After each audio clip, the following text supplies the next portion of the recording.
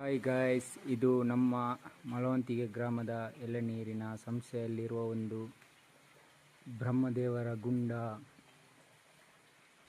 ಇದು ಒಂದು ಪ್ರಕೃತಿ ಮಡಿಲಿನಲ್ಲಿ ಇರುವಂತಹ ಒಂದು ಗುಂಡ.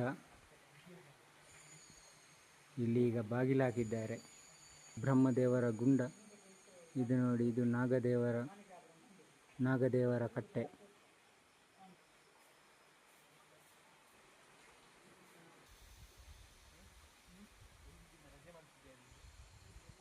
ಹಾಯ್ ಗಾಯ್ಸ್, ನೋಡಿ, ಇದು ಒಂದು ಅದ್ಭುತವಾದ ದೃಶ್ಯ.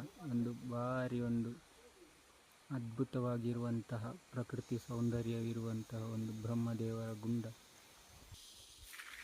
ನೋಡಿ, ಈ ಜಾಗದಲ್ಲಿ ನೇಮೋತ್ಸವ ಎಲ್ಲ ಆಗ್ತದೆ. ಇದೊಂದು ಪ್ರಕೃತಿಯ ಒಂದು ಮಧ್ಯದಲ್ಲಿ ಆಗುವಂತಹ ಆಚರಣೆಗಳು.